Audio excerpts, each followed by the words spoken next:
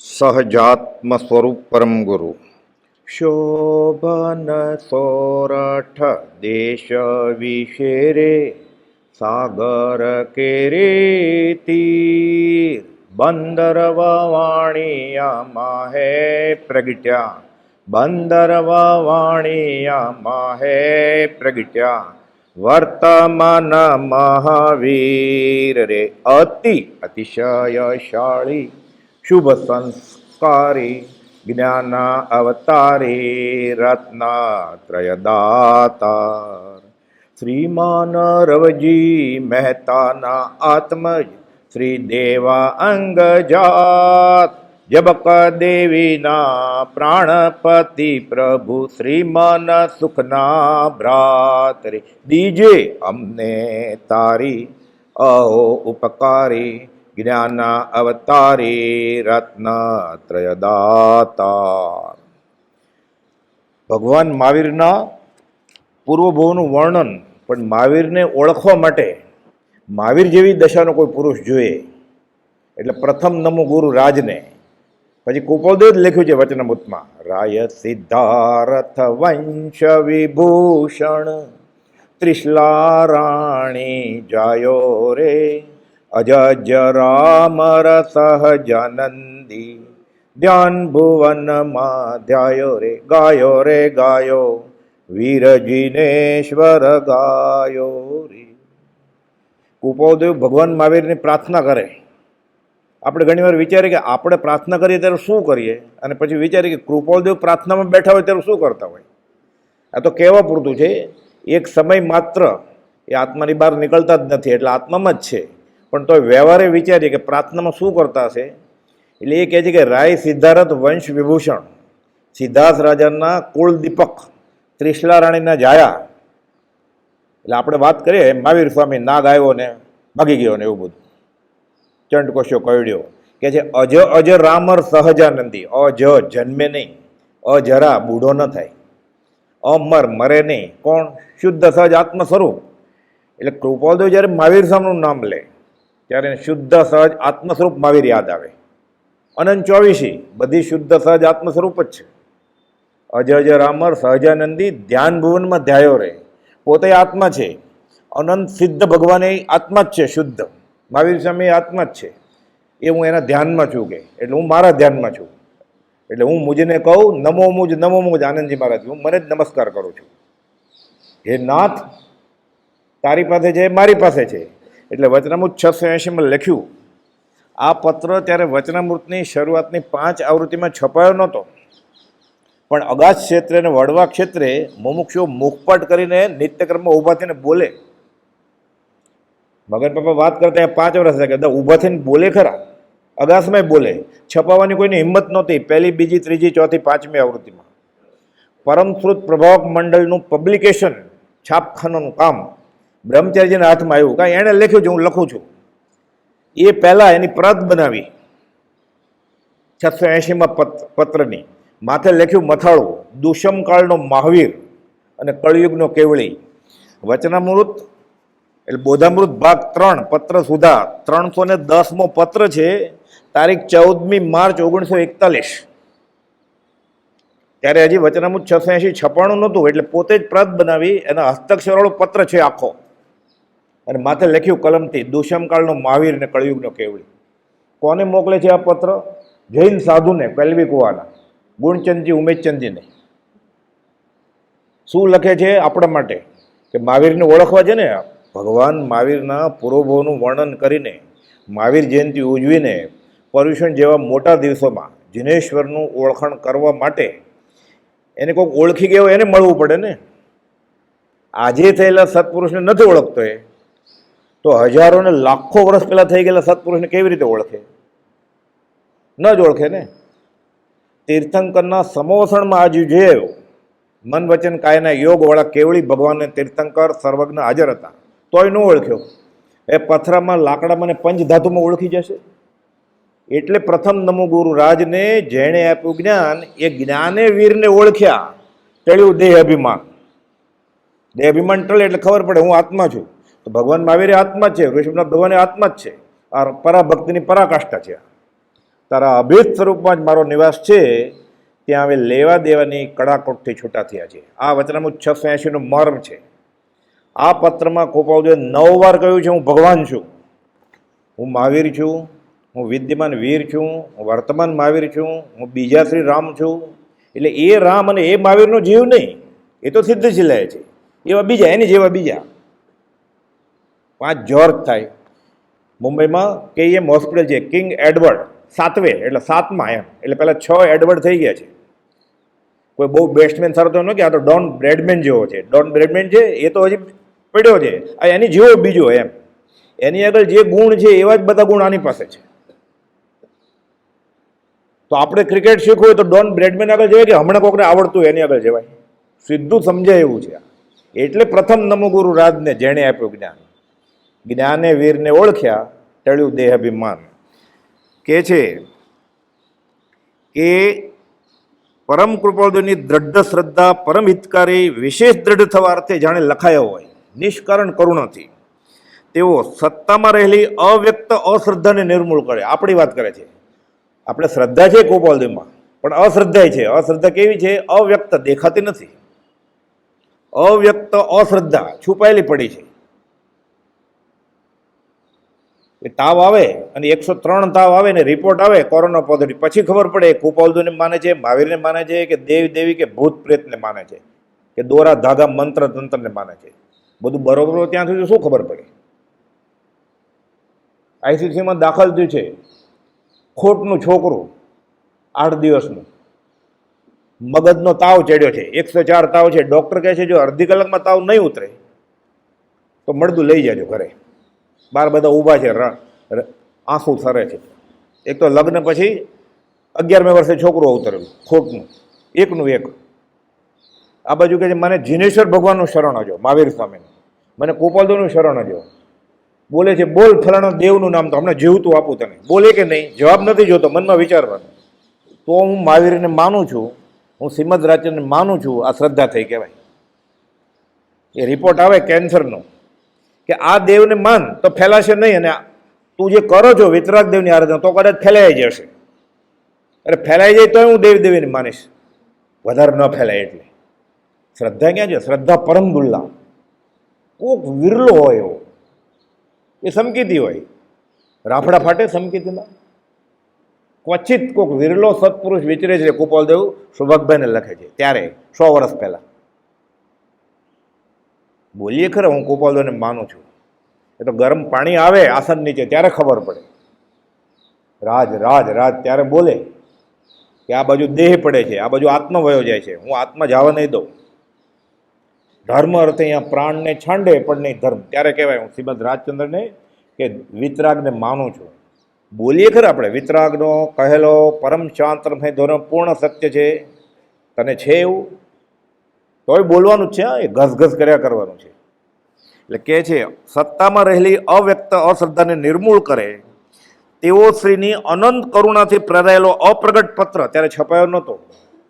હમણાં મેં વાંચેલો. બ્રહ્મચારી કહે છે હું એની પ્રત બનાવીને તમને મોકલું છું, તમારે એની પ્રત બનાવીને પ્રભાવના નથી કરવાની, કંઈ કોઈને કહેતા નથી ફરવાનું. એને બહુ ગરજ હોય 17.5 વાર શ્રીમદ રાજચંદ્ર વિશે જાણવાની, તો આપી નહીં દેવાની આત્મસિદ્ધિ.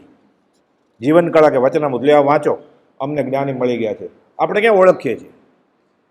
પણ આવા સ્થળોમાં આપણે એમ સમજીએ કે અહીંયા જે આવ્યો છે પર્યુષણમાં, એ વધતે ઓછે અંશે શ્રીમદ રાજચંદ્રને ઓળખવાની ઈચ્છાથી આવ્યો છે. એટલે અહીંયા બોલાય, ગમે એને ન આપી દેવાય કંઈ. પ્રભુશ્રીજી કહેતા 17.5 વાર ગરજ હોય ને પછી કહેવાનું. રત્ન ચિંતામણી ગમે એને આપી દેવાય? અનુપમ છે આ. લોકો પ્રભાવ ના કરે છે કે ગુજરી જાય તો આત્મસિદ્ધિની. અરે 4 જણને જ હતી, 5માને આપવાની દેવકુળજી મહારાજને આપવાની મનાઈ હતી, તો અવગવાની નહીં. પછી બહુ કે ઈચ્છા છે તો પ્રભુશ્રીજી અવગાય ત્યારે બાજુમાં બેસી રહે સાંભળવા. આપણને મહાત્મ્ય જ નથી કાંઈ. મોહનલાલજી મહારાજ પોતાની પરિચય નોંધમાં કહે છે કે પ્રભુશ્રીજીને આત્મસિદ્ધિ મોકલી, દેવકુળજી મહારાજને લીધે મેં દીક્ષા લીધેલી. કે હવે એ ભળી ગયા કૃપાળુદેવમાં કે પ્રભુશ્રીજીને હાથે હું રહી ગયો. પછી પ્રભુશ્રીજી આત્મસિદ્ધિ લઈ અને જંગલમાં જાય. શ્રાવક અહીંયા તો કરવા ન દે કે આ ગૃહસ્થને જ્ઞાની માને છે. પ્રભુશ્રીને યાદ ક્યાંથી રહેવું? ક્ષેવપશમ શ્રદ્ધા પૂરી. પણ યાદશક્તિ જોઈએ ને ભાઈ, સેવા પછી એટલે ગોખે જોર જોરથી બોલે. મોહનલાલજી મહારાજ કહે છે કે હું ઝાડની પાછળ ઊભો રહું, એ બોલે ને હું સાંભળેલું, એમ કરતા તમે આખી આત્મથી સાંભળી લીધી આ ગરજ, અને છુપી રીતે પછી હું આવતો રહું અલગ રસ્તેથી. આપણે કેવી ગરજ છે આત્મસિદ્ધિની, એની ચારાના કિંમત નથી, એની કિંમત હોય જ નહીં. અનુપમ ઉપમા આપ્યાની તમા રાખવી તે વ્યર્થ કે છે. એની નિષ્કારણ કરુણાથી પ્રેરાયેલો અપ્રગટ પત્ર થોડા દિવસ પર વાંચેલો, એ ઉતારીને નકલ કરીને મોકલું છું. તમે નકલ કરીને તેનો પ્રચાર કરવાથી હું મોકલતો નથી, પણ તમને શ્રદ્ધા આવી છે, તમે વચનામૃતે વાંચ્યા છે, એટલે હવે તમને શ્રદ્ધા વધે, ઉપલક શ્રદ્ધા છે, અને અવ્યક્ત અશ્રદ્ધા ભરપૂર પડી છે, એ ઓકી કાઢવા માટે હું તમને મોકલું છું. જૈન સાધુને લખે છે. કોણ? જન્મે પાટીદાર પટેલ, ગુરુવર, 2 છોકરાના બાપ, મુંબઈમાં ભણેલા, ઓલા આગમ બધા ભણેલા સાધુ. અવસર હશે તો હું તમને આગમે ભણાવીશ પછી. કે છે આ મહાત્મ્ય છે શ્રદ્ધાનું અને આજ્ઞાનું. આગળ લખે છે, આખો પત્ર લખ્યો પછી 680મો, ઘણા બધાને મોઢે હશે કે આવડતો હશે, સાંભળ્યો હશે. આપે આ પત્ર વાંચ્યો પણ હશે, આપણામાંથી ઘણા વાંચ્યો ને સાંભળ્યો છે. 680મો લિખિતનમાં એમાં લખ્યું છે ઓમ શ્રી મહાવીર. હમણાં વાત આવી ને 9 વાર ભગવાન, એટલે વર્તમાન મહાવીર, વિદ્યમાન મહાવીર, વર્તમાન વીર, બીજા રામ, કલ્પવૃક્ષ, પરમ શાંતિનું ધામ, અમૃત સાગર. હજી ઓછું હતું, પરમાત્મા સ્વરૂપ અભિમાનપણા વગર લખું છું, તોય ઓછું હતું. લિખિતમાં લખ્યું ઓમ શ્રી મહાવીર. પછી ખબર પડી આ કાળના જીવ ઝીલી નહીં શકે, એટલે અંગત કરીને મૂકી દીધું. કોઈક હશે પાત્ર પૂર્વના સંસ્કાર અને પુણ્ય આ પત્ર આપણા હાથમાં આવ્યો. આપણી તો એવી લાયકાત નથી, પણ હવે મળી ગયું છે, વાપરી લેવાનું. આ પત્ર તમે વખતે વાંચ્યો પણ હશે. આ જૈન સાધુને કહે છે, એ તો આવતા હતા સત્સંગ હશે અગાસમાં, તમે વાંચ્યો હશે, પણ સ્મૃતિ તાજી છે. એ શ્રદ્ધાબળ વર્ધમાન થવા યોગ્ય અને એક પ્રકારની નિશ્ચિંતતા, અંતઃ સંતોષ, અંદરંગથી સંતોષતા છે કે મને શું મળ્યું છે. એકવાર શ્રદ્ધા થાય કે આ રસ્તો સાચો છે, પછી દોટ મૂકે ને. હજી આપણી સ્પીડ ગોકળગાય જેવી છે. કેમ? આ સાચું હશે કે આ સાચું હશે. પહેલા તીર્થંકરને માનવું, વતલા તીર્થંકર માનવું કે છેલ્લા તીર્થંકર માનવું. લોકો શનિવારે મુનિ સુરત ભગવાનના દેરાસરમાં અને ગુરુવારે વાસુપૂજ્ય દેરાસરમાં જાય છે. આ સંકિત મોહિનીનો પ્રકાર છે. આ બધા તીર્થંકર કેવળ જ્ઞાની છે, સરખું જ જ્ઞાન છે, જ્ઞાન અપેક્ષાએ. અહીંયા હતું નામ, હવે નામ નથી. ત્યાં નામ વયું જાય. નામ, આયુષ્ય, ગોત્ર, વેદની જાય, પછી ત્યાં બેસાય સિદ્ધ તરીકે. પ્રથમ નમો ગુરુ રાજને જેણે આપ્યું જ્ઞાન, જ્ઞાને વીરને ઓળખ્યા ટળું દે અભિમાન. રોજ બોલીએ છીએ તે પ્રબળપણે આ પત્રથી સમજાય, સચોટ થાય તેવું છે, નિર્ભીતા વધે એમ છે. પછી અંદરનો રણકારતા છે કે ધીંગધણી માથે કિયા કુણગંજે રખેટ. એટલે મહાવીરને ઓળખવા હોય 24મા તીર્થંકરને, તો મહાવીરને ઓળખનાર મહાવીરની જરૂર છે. પછી એટલે આ શ્રદ્ધા થાય પછી શ્રી મહાવીર સ્વામીના પૂર્વભવનું વર્ણન વાંચીએ. આમ તો આ કથાયુનોક છે, પણ શાસ્ત્રમાં એક જ વાત છે શીખવાની, હું શરીર નથી આત્મા છું. ઉપનિષદમાં આ જ વાત છે, જૈનમાં આ જ વાત છે. કોઈ પણ ફિરકો હોય જૈનનો, છેલ્લે મૂળ વાત તો આ જ છે. આ સમજાય એમ નથી ગોપાલદેવ કે એટલે દ્વાદશાંગી રચવી પડી. બહુજન સમાજ માટે કથાયુનોક સહેલો પડે. વાર્તા રૂપે, કથાનક રૂપે વાંચે એટલે એમાં મન એકાગ્રતાથી રુચિપૂર્વક પકડાયેલું રહે અને ધીરે ધીરે ખબર પડે. એમાં ભગવાન મહાવીરના પૂર્વભવનું વર્ણન વાંચીએ આપણે, ક્યાં નૈસરનો ભવ સંકિતને સ્પર્શના, અને ક્યાં 24મા તીર્થંકર. વીત્યો કાળ અનંત તે, કેવો કાળ વયો જાય છે વચમાં. સંકિત થઈ ગયા પછી તો બીજાની શું દશા. એટલે આ કથાયુગ વાંચીને કરેલા કર્મ ભોગવવા પડે. શ્રદ્ધા થાય આપણને. કોને ભોગવવા પડે? જેણે બાંધ્યા જેણે. તો આ ભવે તમારો કોઈ ગુનો જ નથી. એમ ઘણીવાર એવું કેન્સર કે એવો રિપોર્ટ આવે ને, એમ કે મારો કેવું એવું પાપ છે કે મને કેન્સર થયું, એમ ઘણા બોલે છે એવું વ્યવહારમાં. આ ભવનું નથી ગુનો. અમને ખબર છે તમે બહુ સારા માણસ છો, પણ કર્મ લઈને આવ્યા છે. એટલે શું થયું? આત્મા છે અને આત્મા નિત્ય છે. તો અત્યારે શું ફળ મળ્યું? કરેલા કર્મનું ફળ મળ્યું. એટલે કરતા છે ને ભોગતા છે. 4 પદ થઈ ગયા ને. જ્ઞાનીએ મોક્ષનો ઉપાય તો બતાવ્યો જ છે પોકાર કરીને. તો મોક્ષનો ઉપાય કેવી રીતે બતાવે? મોક્ષ ન થયો હોય તો? એટલે કે અમે અભેદ સ્વરૂપમાં છીએ, તારી પાસે જાય, મારી પાસે જાય, હું બીજાને બતાવું છું. એટલે આત્મસિદ્ધિ શાસ્ત્ર કૃપાળદેવે પરમાત્મા પણ હાંસલ કર્યા પછી લખી છે. એટલે ગીતામાં હોય અર્જુન ઉવાચ શ્રી કૃષ્ણ ઉવાચ, એમાં આત્મસિદ્ધિમાં ભગવાન ઉવાચ, આ ભગવાનની વાણી છે. 680મો પત્ર, એમાં લખ્યું હું પરમાત્મા છું, પછી કલમ ઉપાડીને એકી કલમે નડિયાદમાં આત્મસિદ્ધિ લખી. એટલે આત્મસિદ્ધિ કોણે લખી છે? પરમાત્મા સિવાય રાજચંદ્ર ભગવાને.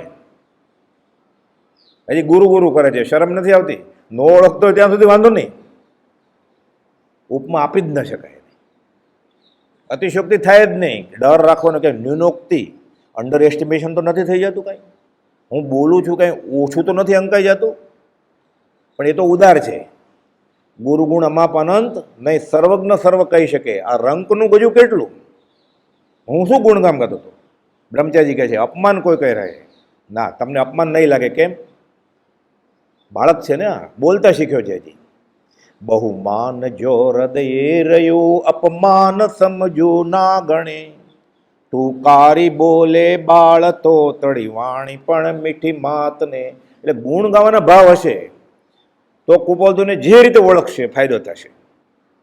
હું શાસ્ત્ર વાંચેલા છે મેં, અને હું ગુંઠાણું માપીને પછી ભક્તિ કરું, વચનામૃત વાંચતા શીખું. અનંતાનું મંદિકર્મ બંધાઈ જશે. જે આત્માનું રૂપ, શુદ્ધ આત્માનું રૂપ સર્વજ્ઞની જીભ નથી વર્ણવી શકતી. એ કહે છે હું સર્વજ્ઞ છું. હવે તું વર્ણવી શકી છે?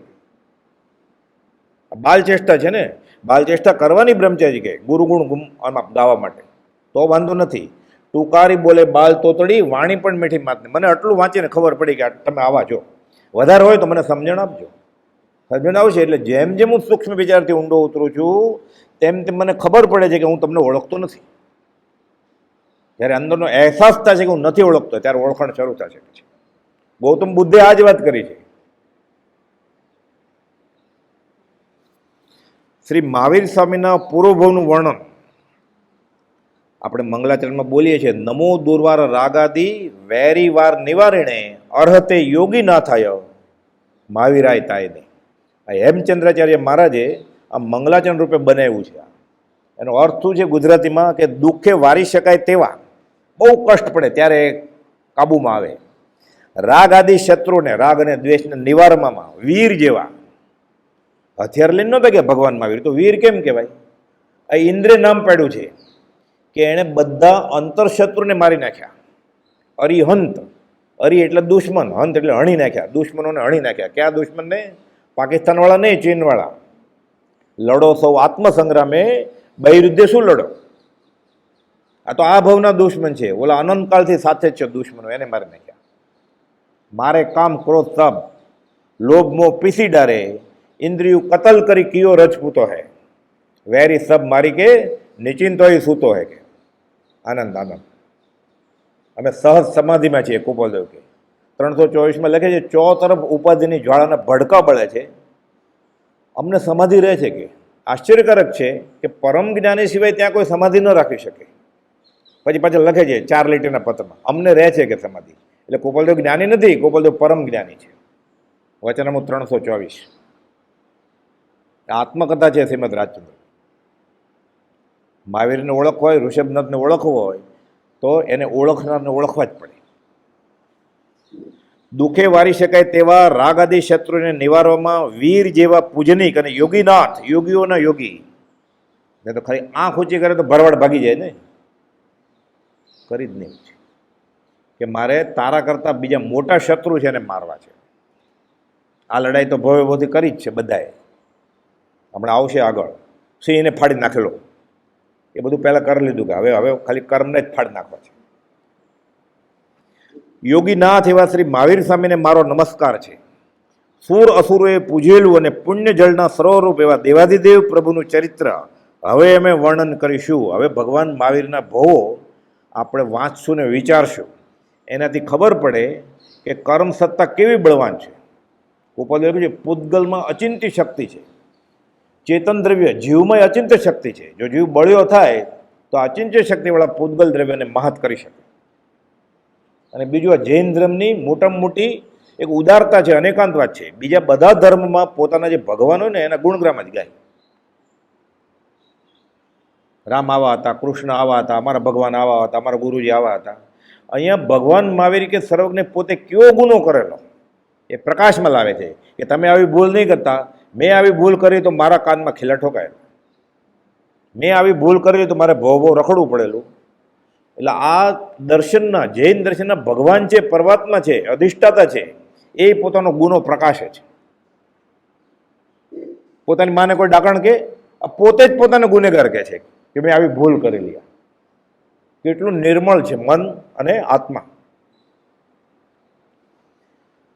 એ દેવાદેવ પ્રભુના ચરિત્રનું હવે અમે વર્ણન કરીશું. આ જંબુદ્વીપને વિશે પશ્ચિમ વિદેહ ક્ષેત્રના આભૂષણ રૂપ મહાવપ્ર નામના વિજયમાં જયંતિ નામે નગરી છે. આ શાસ્ત્રો ગીતા સાચો લખે ને એટલે અલંકારિક ભાષામાં લખે, એટલે નગરીનાય વખાણ કરે, ગરમીનાય વખાણ કરે, ઠંડીનાય વખાણ કરે. એટલે આપણને અહોભાવ આવે, વાતાવરણ ખડું થાય આપણી પાસે કે આવું હતું એમ. તો બધાને ખબર મહાવીર સ્વામી હતા ને 24માં તીર્થંકર હતા, મોક્ષે ગયા છે. પણ બેકગ્રાઉન્ડ કહે ને પછી વાતાવરણ ખોડું થાય અને એમાંથી ક્યાંક પછી સાર ગ્રહણ થાય. એ નગરીમાં ભુજાના વીર્યથી જાણે નવીન વાસુદેવ ઉત્પન્ન થયેલો હોય તેવો મહાસમૃદ્ધિવાન શત્રુબદન નામે એક રાજા હતો.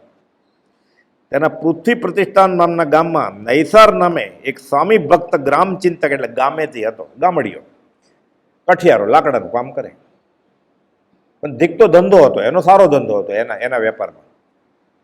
તે સાધુજનના સંબંધ વિનાનો હતો. એને કોઈ આત્મજ્ઞાની સંત મળ્યા નહોતા. હજી આપણને તો હજાર હજાર પત્રો મળ્યા છે. હવે એના ભાવ જોઈએ અને આપણા ભાવ જોઈએ. આજે એ સાધુજનના સંબંધ વિનાનો હતો. એને કે આત્મા કર્મ ભોગવવો પડે ખાસ એવું કાંઈ નહીં, નીતિને સદાચારપૂર્વક મહેનત કરતો ને આજીવિકા ચલાવતો. તથાપિ અપૃત્યથી પ્રાંગમુખ, મહાવીરના બોધને પાત્ર કોણ? વચનામૃત 105 આ કહે છે અપૃત્યથી પ્રાંગમુખ. ખરાબ કર્મ કરવાથી ડરતો હતો, અનીતિથી, અન્યાયથી, દુરાચારથી ડરતો હતો. બ્રહ્મવ્રતમાં પ્રીતિમાન હતો કે લાયસન્સ છે એટલે ભોગ ભોગવ્યા નહીં કરવાના, થાળીમાં જેટલા લાડવા હોય બધા એઠા નહીં કરવાના.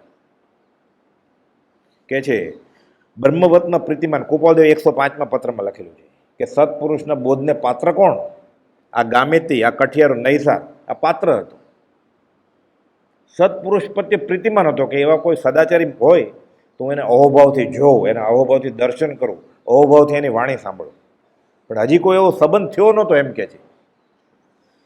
અપકૃત્યથી પરામુખ, બીજાના દોષને જોવામાં વિમુખ, પોતાના દોષ જોયે, બીજાને નહીં. અને ગુણ ગ્રહણમાં તત્પર હતો.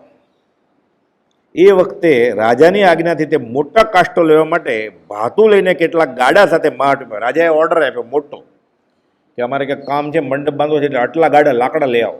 મોટો ઓર્ડર મળ્યો એટલે બધા માણસોને લઈને જાય છે પછી. અને ખબર હતી કે આટલા બધા ગાડા કંઈ ભરાય નહીં 2 કલાકમાં, એટલે સાથે ભાતુંય લઈ જાય છે. એટલે પૂર્વાચાર્યો કેવું રોચક રીતે બધું વાતાવરણ ઊભું કરે છે કે ભાતું લઈ ગયો સાથે ખાવા માટે. નહીં તો બપોર આવીને જમે, થોડો મોડો આવે, અડધો 1 કલાક સાથે લઈ જાય છે, ભાતું કામ આવશે આપણે. સાથે ભાતું લઈને કેટલાક ગાડા સાથે મહાટમાં ગયો. ત્યાં વૃક્ષો છેદતા તેને મધ્યાહન સમય થયો. બધા સૂકા લાકડા કાપવાના ભારો બાંધતો જાય છે. બપોર થઈ ગયું, ઓર્ડર મોટો છે, પરસેવે રેબઝેબ થઈ ગયું, થાકી ગયા. એટલે ઉદરમાં જઠરાગ્નિની જેમ સૂર્ય આકાશમાં અધિક પ્રકાશવા લાગ્યો અને ભૂખ લાગી કકડીને, આટલી મહેનત કરી હોય એટલે. તે વખતે તે નૈસારના સમય જાણનારા સેવકો મંડપાકાર વૃક્ષ નીચે આવ્યા. એના બધા જે આસિસ્ટન્ટ નોકર હતા એને ખબર પડી કે સ્વામીને જમવાનો સમય થઈ ગયો છે, કામ વધારે છે એટલે મહેનતમાં છે, આપણે એને કહીએ કે તમે જમી લો શેઠ, એમ તડકો માથે તપે છે, 12 વાગ્યા બપોરના. એમ જૈન સાધુને ગોચરીનો સમય થઈ ગયો છે. આકાશમાં સૂર્ય અધિક પ્રકાશવા લાગ્યો. તે વખતે નૈસારના સેવકો મંડપાકાર વૃક્ષ નીચે તેને માટે ઉત્તમ રસવતી લાવ્યા, રસોઈ લઈ આવ્યા કે ભાતું તમે આરોગો, પછી અમે આરોગશું. પોતે ક્ષુધા તૃષાથી આતુર હતો, તરસે બહુ લાગેલી, ભૂખે બહુ લાગેલી. પણ ઉત્તમ ગૃહસ્થના પાઠમાં કોપોદેવે લખ્યું છે કે શ્રાવક જમતી વખતે શું વિચારે? કોઈ અતિથિ આવે, કોઈ આત્મજ્ઞાની આવે, કોઈ આત્મજ્ઞાની સંત આવે તો એના પેટમાં મારા અન્નનો દાણો, મારા ઘરના પાણીનું ટીપું જાય, પછી કોળિયા લેવાનું શરૂ કરે. આ ભાવના ભાવે, એ રોજ ભાવના ભાવે, રોજ ભાવના ભાવે ને વર્ષો સુધી ખરા દિલથી, ક્યારેક બંધ પડી જાય, એને સત્પુરુષનો જોગ બાજી જાય. પછી એ જમાડે, એને પ્રભુથી સોજિત્રાથી પત્ર લખે છે, તમે ખાઈ લ્યો, કુપોલદેવને જ્ઞાનમાં ખબર પડી ગઈ કે મોટા મહારાજને વિટમણા થાય છે, અમે નથી લેતા એટલે ખોરાકનો ને અન્ન પાણીનો ત્યાગ કરેલો કુપોલદેવ અમદાવાદમાં. કુપોલદેવને જ્ઞાનથી ખબર પડી ગઈ, પ્રભુજી ઝૂરે છે. કુપોલદેવ કહે છે મુનિને વિક્ષેપતા છો, એક પત્ર લખો કે અમે લઈએ છીએ અન્ન પાણી. એટલી વારમાં ટપાલ આવી.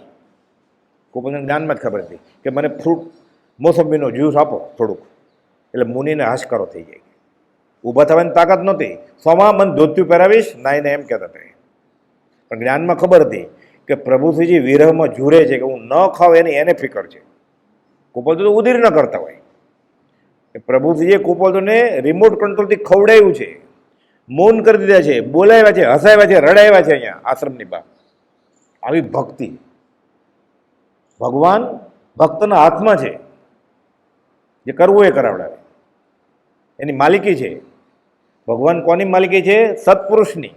ત્રિલોકના નાથ જેને વશ થયા છે, વચનામૃત 213, એવા સત્પુરુષને મારા નમસ્કાર. મારે શુદ્ધાત્મા સિદ્ધપદ જોઈએ છે, મોક્ષ જોઈએ છે. તો 3 લોકોનો નાથ ત્રિલોક શુદ્ધાત્મા કોની પાસે છે? શ્રીમદ રાજચંદ્ર આગળ.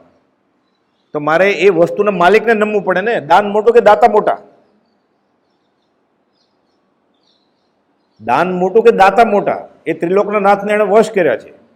મારે શુદ્ધાત્મા જોતો હોય તો શુદ્ધાત્મા તો દ્રવ્ય છે, એ અકર્તા છે. શુદ્ધાત્મા સિદ્ધ ભગવાન મારે એ જોઈએ છે. તો કે મારી આગળ છે આ ભગવાનના માલિક છે ગુરુજી. બોલવા માટે નહીં ક્યાંય કે ગુરુ ગોવિંદ દોનું ખડે કિસકો લાગુ પાય બલિયારી. આ સિદ્ધાંત છે, આ મેથમેટિક છે, ગણિત શાસ્ત્ર છે, આ જ્યોમેટ્રી છે કે ગુરુ મોટા જ છે ભગવાન કરતા. જ્યાં સુધી આ નહીં થાય, વચનામૃત 223, જ્ઞાની પુરુષ અને પરમાત્મામાં અંતર નથી. જે કોઈ અંતર માને છે તેને માર્ગની પ્રાપ્તિ વિકટ નહીં પરમ વિકટ છે, એમ લખ્યું છે 223માં. ભાગવતમાં આ જ વાત છે, પુરાણમાં આ જ વાત છે, અને જૈન શાસ્ત્રમાં આ જ વાત છે. વચનામૃત 436 રોજ બોલે છે વડવાના નિત્યક્રમમાં કે તીર્થંકરને હું નમસ્કાર શા માટે કરું છું? ફટાફટ વારા પછી વારા બોલતા એટલે ખબર ન હોય આપણે. કુપોલદેવે 4 વાર નમસ્કાર કર્યા છે. પહેલો નમસ્કાર 436માં એટલે કર્યો મહાવીર સ્વામીને તીર્થંકરને કે મારે કાંઈ જોતું નથી. એટલે કોઈ આવે મંદિરમાં કાંઈ જોતું ન હોય તો કુપોલદેવ કહે છે કાંઈ અપેક્ષા વગર હું પહેલો નમસ્કાર કરું છું. આપણે અપેક્ષા વગર ક્યારેક કોઈ મંદિરમાં ગયા? અનંતકાળનું ભિખારીપણું છે તો આપણે એ વ્યવહારની અપેક્ષા છે. પરમાત્મા હોય તો મંજૂર. બીજો નમસ્કાર, ત્રીજો નમસ્કાર ને ચોથો નમસ્કાર પછી કરે છે. મેં બહુ શાસ્ત્રો વાંચ્યા. જેના વચનથી એટલે તીર્થંકરના વચનથી મને ખબર પડી કે સત્પુરુષને વળગવું પડે. એટલે મારે આત્મતત્વ ઓળખવું હોય તો મને અનંત 24ની આજ્ઞા છે કે મારે શ્રીમદ રાજ્યનું વચનામૃત વાંચ્યા કરવું પડે કે આ લખનાર પુરુષ કોણ છે. એ વચન પ્રતીતિ આવે તો પુરુષ પ્રતીતિ આવે ને. અને પુરુષ પ્રતીતિ આવે ફરી ફરીને જીવનકળા વાંચે કે આ પુરુષ કોણ છે તો વચન પ્રતીતિ આવે. પુરુષ પ્રતીતિ અને વચન પ્રતીતિ બે ક્યાંક ભેગું થાય ત્યારે સમ્યક દર્શન થાય. આ તો શાસ્ત્રનો સિદ્ધાંત છે. આ તીર્થંકરની આજ્ઞા છે. એટલે કુપોલદેવ બધા શાસ્ત્રો વાંચ્યા. હું એ તીર્થંકરને નમસ્કાર કરું છું કે જેના વચનથી મને સત્પુરુષ પ્રત્યે પ્રેમ ઉપજ્યો. આ પહેલો એટલે બીજો નમસ્કાર. આમ પહેલો તો અપેક્ષા વગર જ કર્યો, બીજો આ કારણસર કર્યો. પછી કહે છે મને માર્ગ બોધ આપ્યો એણે. એ તીર્થંકરનો માર્ગ બોધ કે પામેલો પમાડે દીવે દીવો થાય.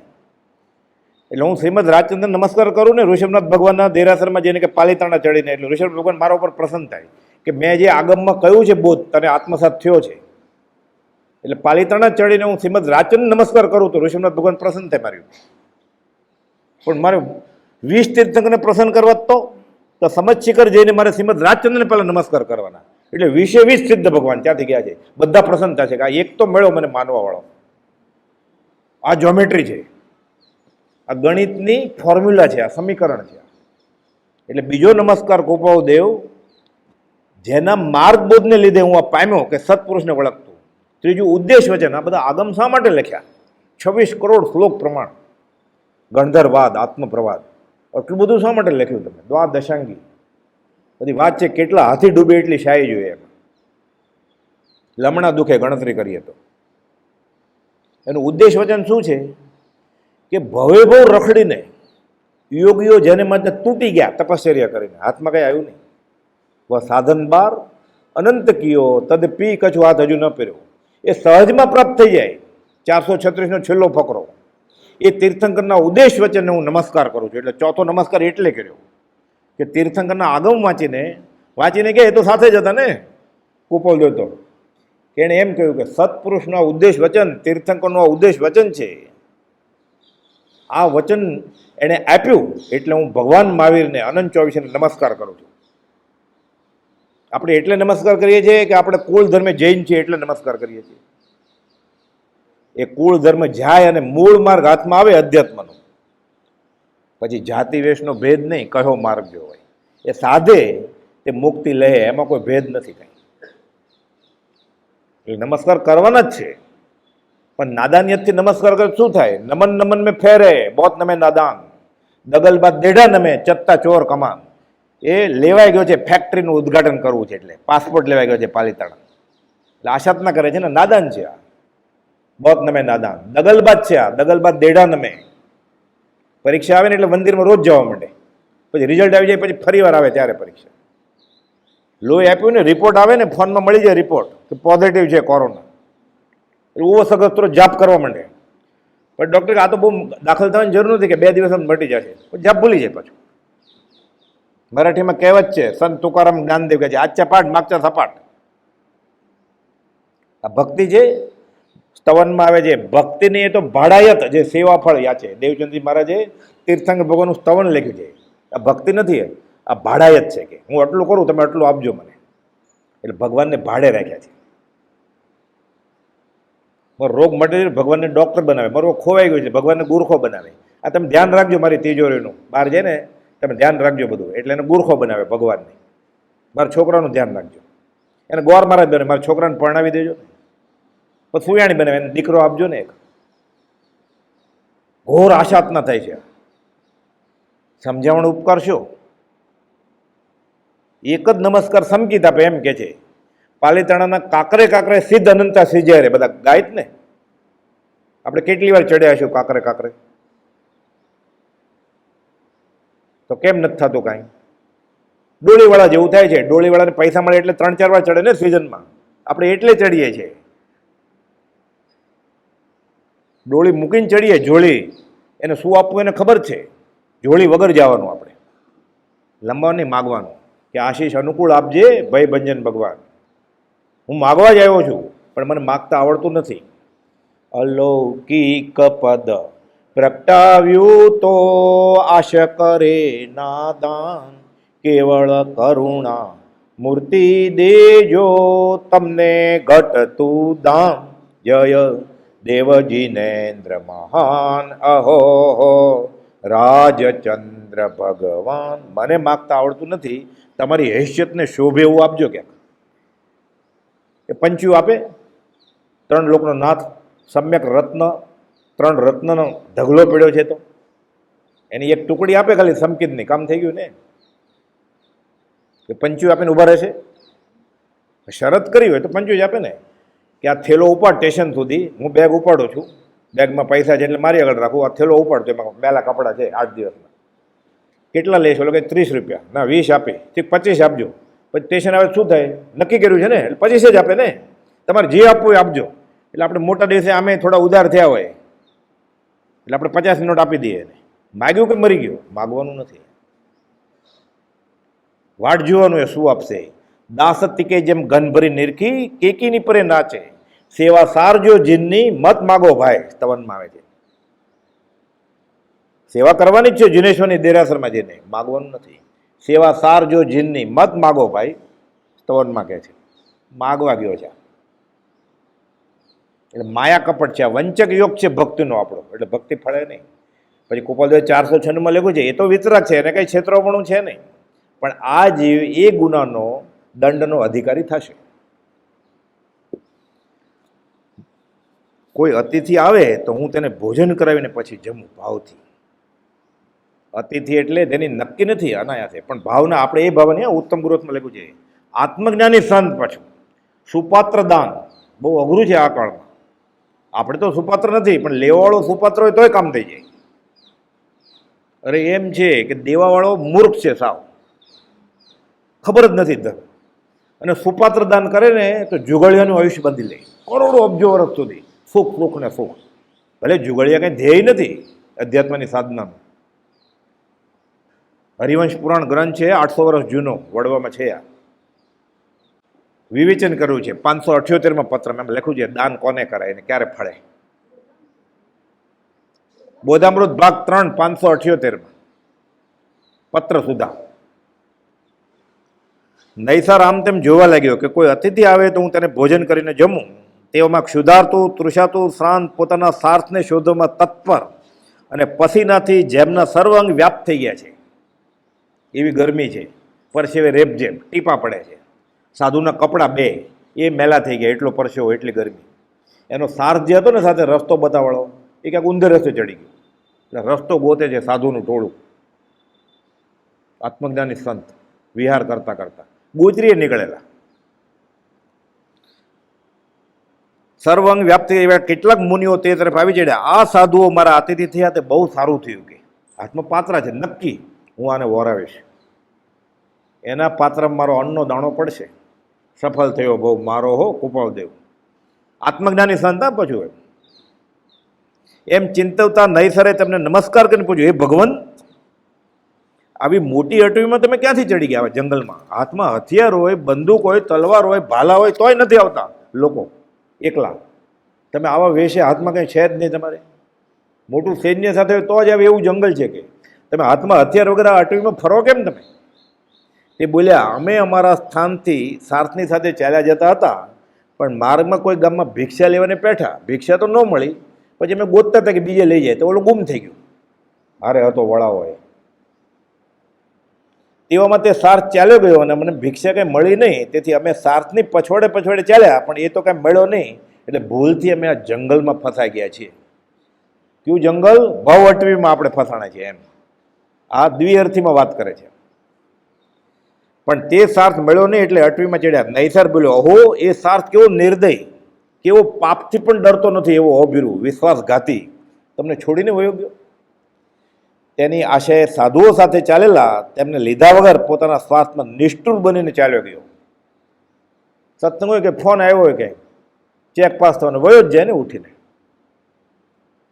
ઘરે ફોન આવે કે પછી મોડું થશે, એટલું નુકસાન થશે, તો મંદિર કેમ ભાગી જવાનું છે? નિષ્ઠુર થઈને ચાલ્યો ગયો. પરંતુ આ વનમાં મારા પુણ્યથી તમે અતિથિ રૂપે પધારે, બહુ ઠીક થયું. એનો તો ઉદય હતો સાધુને એવો, કર્મ ઉદય જીન રાતનો, ભવિજન સહાયક થાય, સારું થયું એલો વયો ગયો બીજે ક્યાંય. એટલે આને નૈસરને તક મળી ગઈ ને વરાવવાની. એ લઈ ગયો હોત, બીજાને પાત્ર ભરાઈ ગયા હોત તો આને તક ન મળત. એટલે સાધુને તો કર્મ ઉદય જીન રાતનો, ભવિજન સહાયક થઈ જાય. એટલે હે સત્પુરુષ, હે સંત, તમે માંદા પડજો એટલે અમને સેવા કરવાની તક મળે. બહુ ઠીક થયું કે આ પ્રમાણે કહીને નૈસાર તે મહામુનિઓને જ્યાં પોતાનું ભોજનનું સ્થાન હતું ત્યાં લઈ ગયો અને પોતાને માટે તૈયાર કરી લાવેલ. આ સાધુ છે લખનાર, સાધુ માટે બનાવ્યું એ ઉદ્દેશિક આહાર કહેવાય કે ફલાણા સાધુ ઘરે આવશે ને એટલે હું આ આપીશ, એના માટે બનાવી રાખે. આપનાર અને લેનાર અસંખ્યાત કાળ રખડે, આ ઉદ્દેશિક આહાર કહેવાય, આધાકર્મી. એટલે કહે છે પોતાને માટે તૈયાર કરી આવેલા અન્નપાનથી મુનિઓને વરાવે છે. કેવું વ્યવસ્થિત લખેલું છે આમાં. એ સાધુ કે સાધ્વી માટે તમે આગળથી નક્કી કરો કે આજે આવવાના છે એટલે હું મોસંબીનો રસ કાઢી રાખું, આજે આવવાના છે એટલે હું પાપડ શેકી રાખું, આજે આવવાના છે એટલે હું દુકાનમાંથી દવા લઈ આવું ખાંસી શરદીની. એટલે આધ્યાકર્મીને ઉદ્દેશિક આહાર, ઉદ્દેશીને લાવ્યો ને સાધુને. આ આપનાર અને લેનાર અસંખ્યાત કાળ રખડે સંસારમાં. એમ 10 વૈકલિક સૂત્રમાં, થાણાંગ સૂત્રમાં, નંદી સૂત્રમાં, સમવાંગ સૂત્રમાં, ગોમડ સારમાં બધામાં કહ્યું છે. દિગંબર શ્વેતાંબર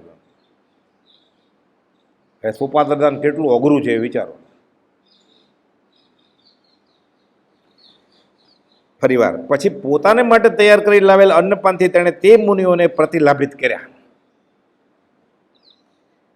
દાખલો છે ભગવાન મહાવીરનો. ગોશાળાએ તેજોલસ્ય છોડીને 6 મહિના સુધી ઠલ્લે જાય ત્યારે લોહી પરવું પડે કે એને માટે ઈલાજ છે, કરવો છે. એક સાધુ સિંહ અણગાર પાછળ પડે છે, ભગવાન કરાવો ઈલાજ. હા, જીનકલ્પી વિહાર હોય એટલે કોઈ બહુ આગ્રહ કરે તો કરે, સામેથી તો કહે જ નહીં કે મારે આનો ઈલાજ કરવો છે. જીનકલ્પી વિહારવાળા સાધુ. આંખમાં કણું પડે તો કાઢે નહીં, પણ કોઈક કે તમારી આંખ કેમ ખટકે છે, ઊભો રહ્યો તો કાઢવા દે કણું, કાઢવા દે, કે નહીં કે મારા પગમાં કાંટો છે. એટલે સિંહ અણગાર પાછળ પડે છે કે આનો ઈલાજ છે, હું જાઉં છું સુલસકા શ્રાવિકા પાસે લઈ આવું છું. ભગવાન મહાવીર કહે છે એને જે ઘોડા માટે પાક બનાવ્યો છે ને એમાંથી લાવજો, એને મારા માટે સુલસા શ્રાવિકે બનાવ્યો હતો જ ભગવાન માટે, કે આવે એટલે હું આ વરાવું અને ભગવાન મહાવીરને આ અશાતા વેદનીનો નાશ થાય. ભગવાન મહાવીર તો જ્ઞાનમાં જાણે છે, એટલે કે મારે માટે બનાવ્યું છે નહીં લાવતા, એણે ઘોડા માટે બનાવ્યો છે, અલગ રાખ્યો છે, એમાંથી લઈ આવજો. નહીં તો ઉદ્દેશિક થઈ જાય. શ્રાવિકાએ ઉદ્દેશીને બનાવેલું ને, રેવતી શ્રાવિકાએ. આ વિતરાગનો ધર્મ છે, આ દાન છે સુપાત્ર. મુનિઓને પ્રતિલાભિત કર્યા, એટલે મુનિઓએ ત્યાંથી બીજે જઈને વિધિ વડે તેનો આહાર તો કર્યો. ગૃહસ્થની સામે ખાવા ન મળે, ગૃહસ્થને કે તમે વયા જાઓ, હારે ન ખવાય. આ તો લઈ જાય છે જોડી ભરીને અપાસરામાં અને ઊભા રહે, ખાઈ લો, ત્યાં હું બેઠો છું. હોટલ છે આ. ગોચરીના નિયમ વાંચવા પડે પહેલાં, રૂવાડો ઊભા થઈ જાય. અને ગોચરીના દોષ આપનાર એટલે શ્રાવક શ્રાવિકાને અને લેનાર સાધુ સાધ્વીને આ વાંચવા. મને ખબર નહોતી, એના બદલામાં તો સંસાર મળ્યો. ખબર હોત તો તમે કે હું લગ્ન કરત? નહોતી ખબર એટલે જ પરિણ્યા ને, ભૂલ થતી. ખબર હોય તો ભૂલ કરે કોઈ? ખબર નહોતી એના બદલામાં તો સંસાર ભેટમાં મળ્યો છે. તો મને ખબર નહોતી.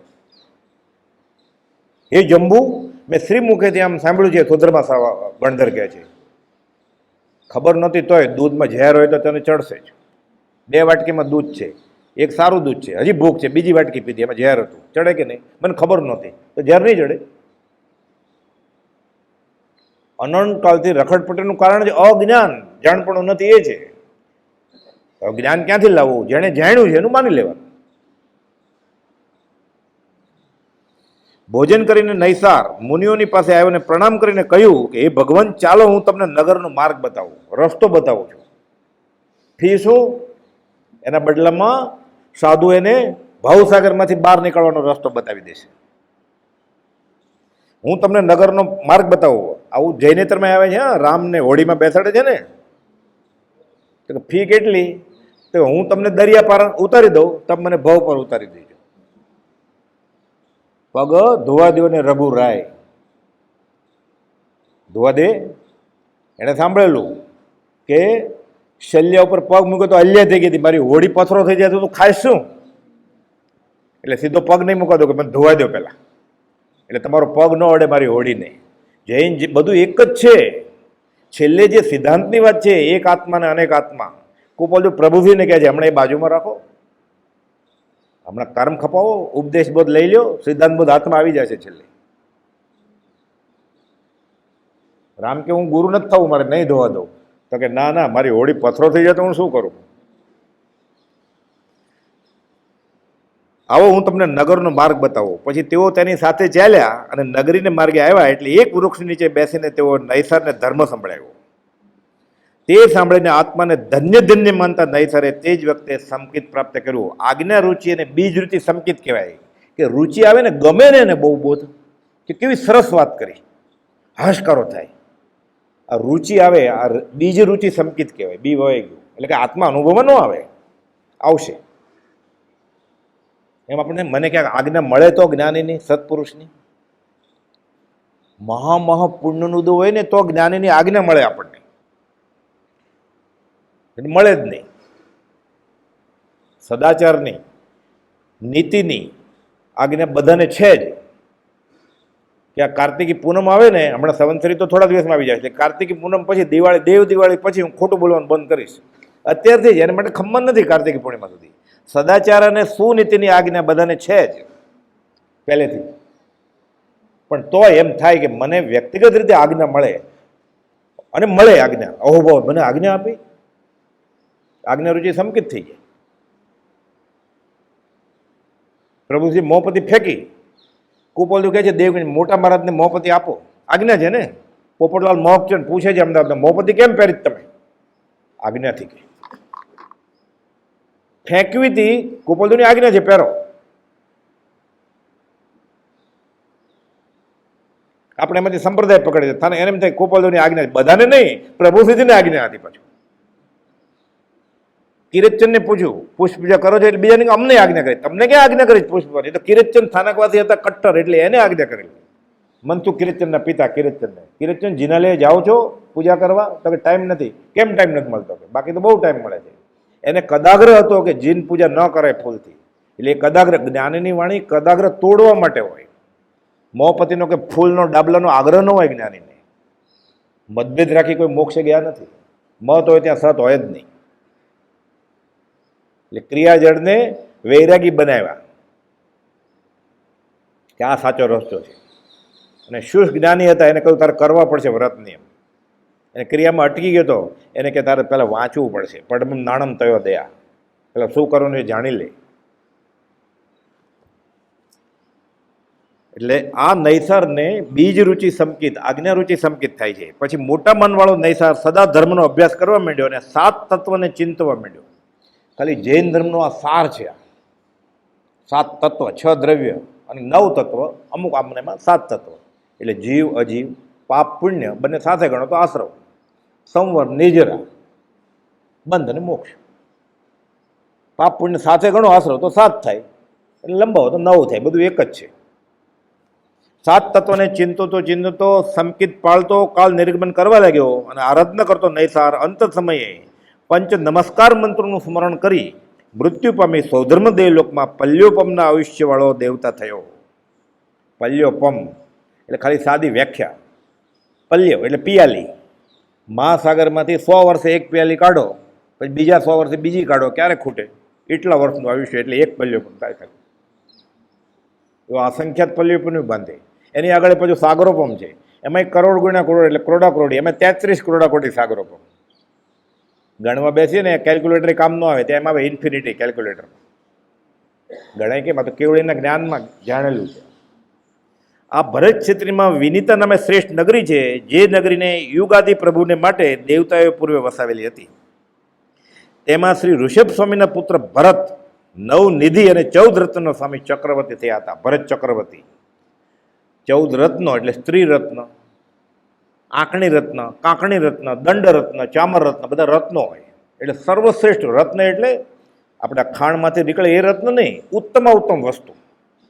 સૌથી ઉત્તમ સ્ત્રી હોય એ સ્ત્રી રત્ન. એમ એવી રીતે બધું અતિશય ભરેલા હોય. એટલે 14 રત્ન અને 9 નિધાન, એ બધું કાલ, મહાકાલ, પાંડુ, માલિક બધા નામ છે નિધિના. આપણે કંઈ યોગી થઈને નિધિ ફરવવી નથી, કાંઈ મળે તો વાપરવી નથી. કોપલીની આજ્ઞા છે નહીં વાપરવાની. પણ આ આટલું બધું હતું એને. આ ઋષભનાથ સ્વામીના પુત્ર ભરત નવનિધિ અને 14 રત્નનો સ્વામી ચક્રવર્તી થયા. તેને ઘેર આ ગ્રામચિંતક નૈસારનો જીવ, જેણે જૈન સાધુને ભાવથી ઓરાવેલું, સંકિતને સ્પર્શ ન થયેલી, દેવલોકમાં ગયા પલ્યોપમ. અને નૈસારનો જીવ ભરત ચક્રવર્તીને ત્યાં પુત્રપણે અવતરે છે. અવતરે ત્યારથી જ આસપાસ પ્રકાશ દેખાય, એટલે મરીચી. આસપાસ મરીચી એટલે કિરણોને ફેલાવતો હતો, તેથી તેનું નામ મરીચી એવું નામ પાડ્યું. એટલે ભરત ચક્રવર્તીના પુત્ર. અને ભરત ચક્રવર્તી ઋષભનાથ ભગવાનના પુત્ર. એટલે મરીચી કોના પુત્ર થયા અને કોના પૌત્ર થયા? ઋષિનાથ ભગવાનના પૌત્ર અને ભરત ચક્રવર્તીના દીકરા. એટલે જન્મથી જ કેવી ઉચ્ચ કુળ મળ્યું એને. એક વખતે ઋષભ સ્વામીના પ્રથમ સમોવસરણમાં પિતા અને ભ્રાતાની સાથે તે મરીચી પણ ગયો. એટલે બીજા ભાઈઓ બધા, એટલે ભરત ચક્રવર્તીના બીજા છોકરા. 96,000 રાણી હોય ને, એક ગણીએ તો કેટલા હોય? એટલે આખું ટોળું જાય છે ઋષભનાથ ભગવાનને નમસ્કાર કરવા માટે, દેશના સાંભળવા માટે. મરીચી પણ ગયો. ત્યાં દેવતાઓએ કરેલો પ્રભુનો મહિમા જોઈને અને ધર્મ સાંભળીને સંકિત પ્રાપ્ત થયું. સંકિત તો હતું જ, હવે વધ્યું. એટલે કે 2 કે 3 સંકિત નથી. હા, ખાલી શાયિક, ઉપશમી ને શિવપશ્મી. આ તો સમજાવવાની શૈલી છે. અસંખ્યાત ભાંગા હોય સંકિતના. આ કેનાર પુરુષ સાચા છે ત્યારથી શરૂ થાય, બેફાટ આત્મા અનુભવમાં આવે, હાથમાં પડેલા આમળાની જેમ. બધું સંકિત જ છે. અસંખ્યાત ભેદ હોય, પણ શાસ્ત્રમાં સમજવા માટે ક્ષોપશ્મિક સંકિત, ઉપશમ સંકિત, ક્ષાયિક સંકિત એમ કહ્યું છે. એટલે સંકિત તો થઈ જ ગયું હતું. ફરી વાર આવ્યું કે સંકિત થયું. તો પહેલાં હતું તો એ વ્યવહાર સંકિત, બીજરુચિ સંકિત. એમાંથી હવે એમાં ઉઘાડ થયો, વધારે કર્મો ખપે, એટલે નિર્મળતા વધતી જાય. રત્ન સ્ફટિક છે ને, કચરો જાતો જાય, આરસી ચોખ્ખી થતી જાય, વધારે દેખાતું જાય, પછી આખી ચોખ્ખી થઈ જાય. એટલે જેમ છે એમ યથાર્થ, એટલે કેવળ જ્ઞાન થાય. જેમ નિર્મળતા રત્ન સ્ફટિક તણી, તેમજ જીવ સ્વભાવ, તે જીનવીરે ધર્મ પ્રકાશ્યો, પ્રબળ કષાય અભાવ, બધું નીકળી જાય પછી સંકેતના બળથી. કશાય બધા, ત્યારે કેવળ જ્ઞાન થાય. પછી ધર્મ સાંભળીને સંકેત પ્રાપ્ત થતા તેણે તત્કાળ ચારિત્ર ગ્રહણ કર્યું. અરે પિતાએ હતા જ ત્યાં અર્જન્ટ આજ્ઞા કે હું જાઉં છું દાદા સાથે.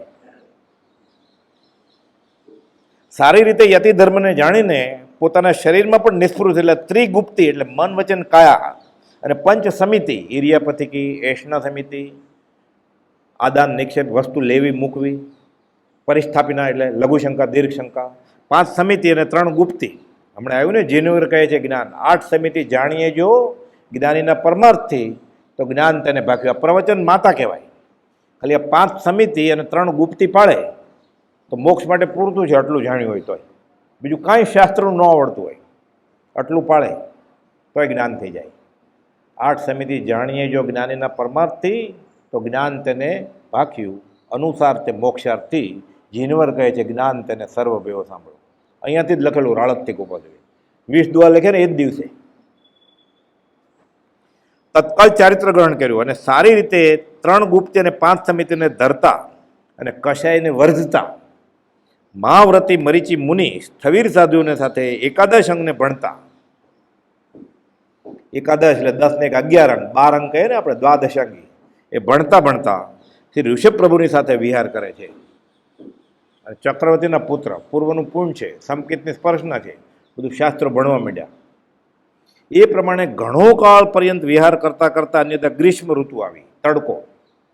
તે સમયે અતિ દારૂણ સૂર્યના કિરણો પડવાથી તપેલી પૃથ્વીથી રજ વટે માર્ગુના ચરણના નખને રાંધી નાખવા લાગે. એટલે અલંકારિક નખ બફાઈ જાય એવી ગરમી એમ આપણે બોલીએ ને માથું ફાટી જાય એવી ગરમી.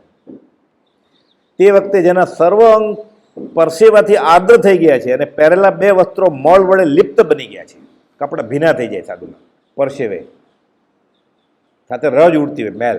એટલે મેલ એ જૈન સાધુનું ઘરેણું કહેવાય છે શાસ્ત્રમાં.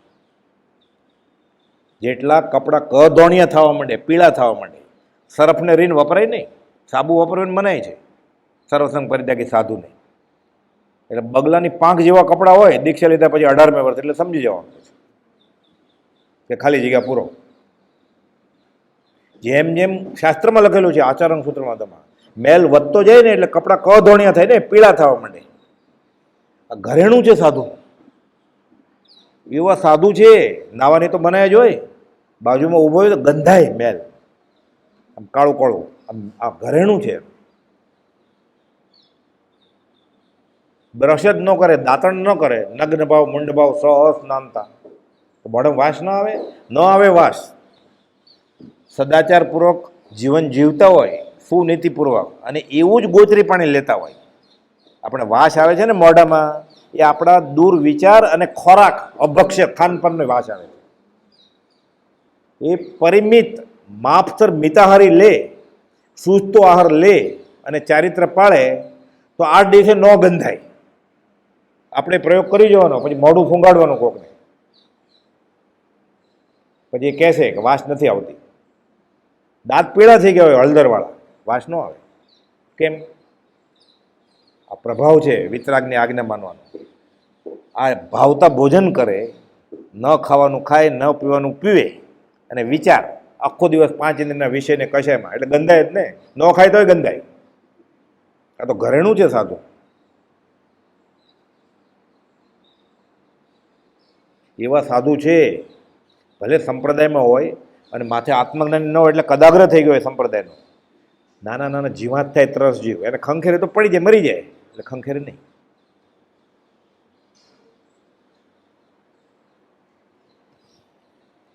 પરસેવાથી અંગ શ્વેત આર્ધ થઈ ગયું છે પહેરેલા 2 વસ્ત્રો મળ વડે લિપ્ત બની ગયા છે એવા તે મરીચી મુનિ તૃષાથી પીડિત છતાં તત્કાળ ચારિત્રાવણીય કર્મના ઉદયથી આ પ્રમાણે ચિંતવા લાગ્યા. ગરમી સહન થતી હવે વીંજણો વાપરીને બનાય છે.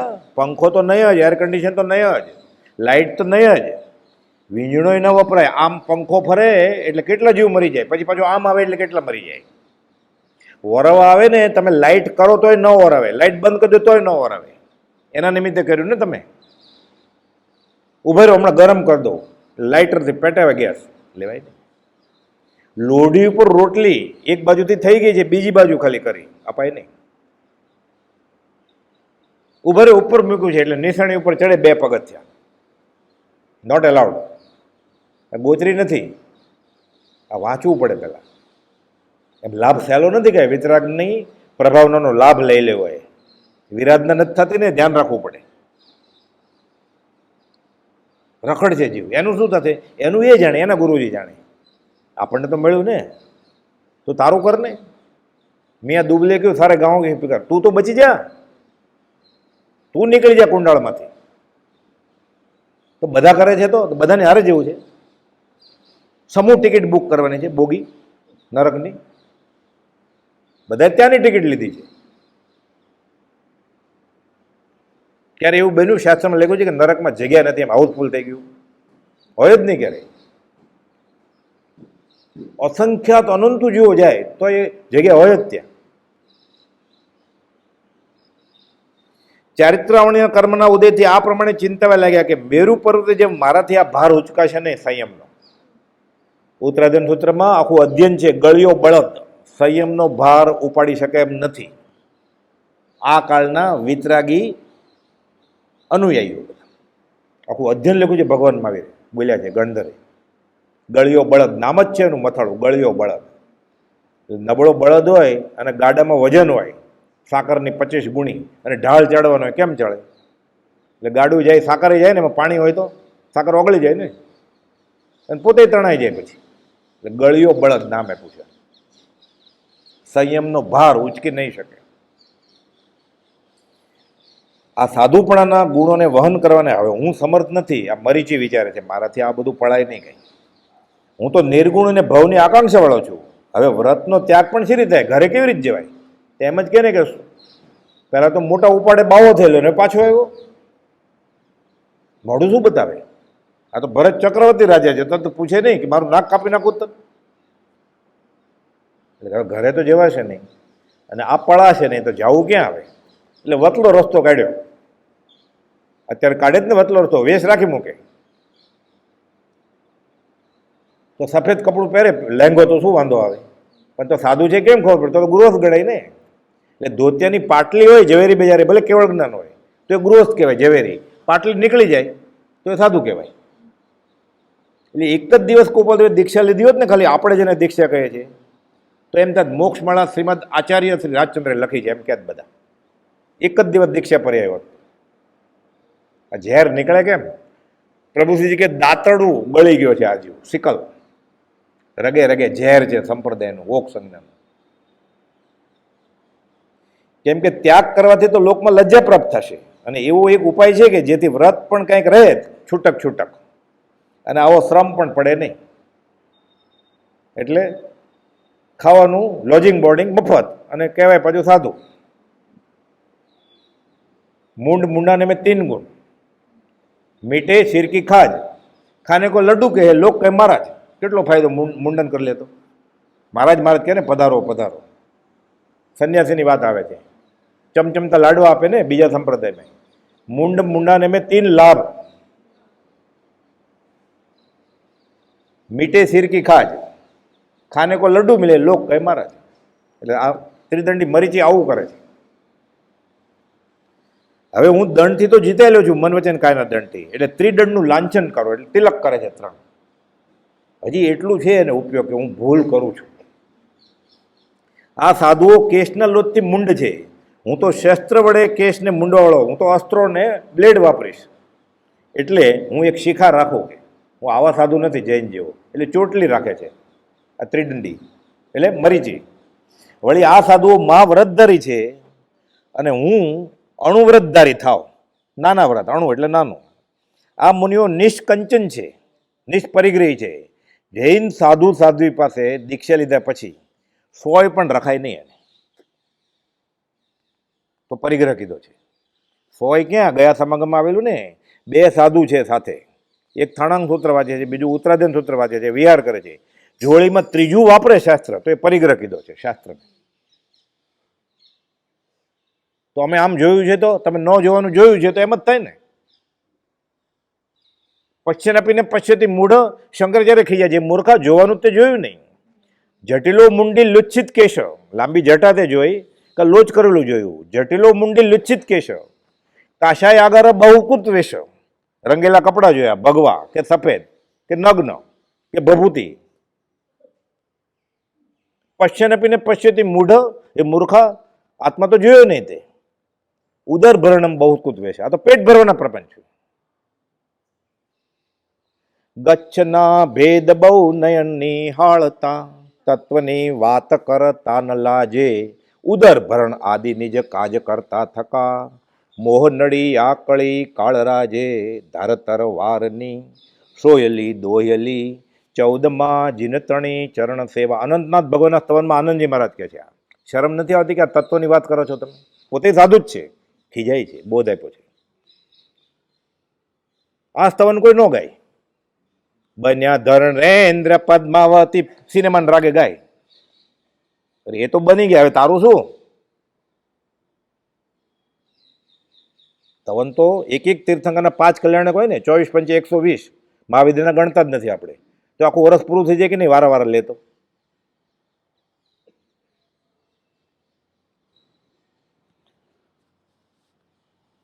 મુનિઓ મોહ રહી જ છે, હું તો મોહ વડે આચ્છાદિત છું. છત્રવાળો થાવ, મારાથી તડકો સહન નહીં થાય. છત્ર રાખે, ચોટી રાખે, ત્રિદંડ રાખ્યો. આ મહર્ષિઓ ઉપાન રહિત વિચરે છે. ઉપાન એટલે ચપ્પલ, જોડા. હું પગની રક્ષા માટે હું ચપ્પલ જોડા વાપરીશ. પછી શું કરે? લાકડાના વાપરે, પાવડી કરી. એટલે આમ થોડું અલગ દેખાય ને. સાધુને સહન કરવાનું છે. કાંટો વાગે ને એટલે તપ થયું સહેજે. નક્કી નહોતું કર્યું આજે 14 છે, હું ભૂખ્યો રહીશ, આજે આંબેલની ઓળી ચાલે છે, ભાઈ સહજ તપ થઈ ગયું, રાજી થાય. સહેજે સહેજે કર્મ ખપે છે. એટલે પગમાં રક્ષણ માટે જોડા પહેરવાની જૈન સાધુને મનાય છે. અત્યારે તો કાળ દોષ કળીથી થયો, બધા રસ્તા એવા છે ડામરના, ઉનાળામાં પગ મૂકે તો ફરફોલા થઈ જાય. પહેલાં તો માટી હતી ને એટલે નીકળે કેડીએ. હવે શું કરું? એટલે કુપોલદેવ કહ્યું આ કાળ વિતરાગની દીક્ષા લેવા માટે અનુકૂળ નથી. પહેલાં તૈયાર થાવ, ક્રોધ માન માયાલોભ જીતો. 10 જણા ના પાડી જ કુપોલદેવી. આ મહર્ષિઓ કશાય રહેતી જવાથી શુક્લ અને જીર્ણ વસ્ત્રધારી છે. હું તો કશાય વાળો છું, એટલે રંગેલા. કશાયના 2 અર્થ છે, ક્રોધમાન માયાલોભ. જૈન પ્રમાણે આ જૈન પરિભાષાનો શબ્દ છે. જૈનેતરમાં કશાય એટલે રંગ, એટલે ભગવા કપડાં પહેરે ને, કાળાએ પહેરે ઘણા સંન્યાસી, રાખ ચોપડે. એટલે કશાય એટલે રંગેલા વસ્ત્રો મને હો, એટલે ભગવા પહેરવા માંડ્યા. આ મુનિઓ તો ઘણા જીવોની વિરાધના સચિત જળનો આરમ તેજ્યો છે. પીવે નહીં ઠંડુ પાણી ફ્રીજનું. શ્રાવકે ન પીવે તો સાધુની ક્યાં વાત કરવી? પછી બરફનું પાણી ન પીવાય તો બરફના પાણી લીંબુ નાખી લીંબુનું શરબત ઠંડુ પીવાય, મોસંબીનું, સંતરાનું, ફ્રૂટનું. એ તો ગુજરી ગયા ને પાછા એ જ થયું ને. પાઘડી માથામાં, માથું પાઘડીમાં. એટલે મરીચી કહે છે કે આ બધા સાધુ તો ઉકાળેલા પાણી વાપરે છે, આ બધા સાધુઓ તો ઉકાળેલું પાણી વાપરે છે. મારે તો ચેત પાણી વાપરવું પડશે, ઠંડુ, એટલે મને મજા આવે. એટલે કહે છે મારે મિત જલથી સ્નાન પાન થો, મારે તો નાહવું પડશે, કે આવું ગંદવાડ નહીં ચાલે મારે. સાબુ ન વપરાય સાધુને, હું તો બધું વાપરીશ કે ચોખ્ખો થાય છે શરીરથી.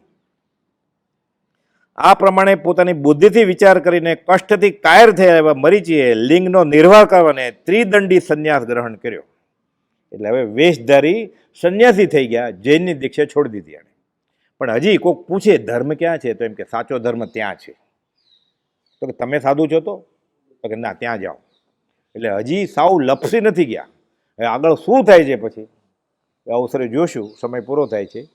સહજાત્મ સ્વરૂપ પરમ ગુરુ.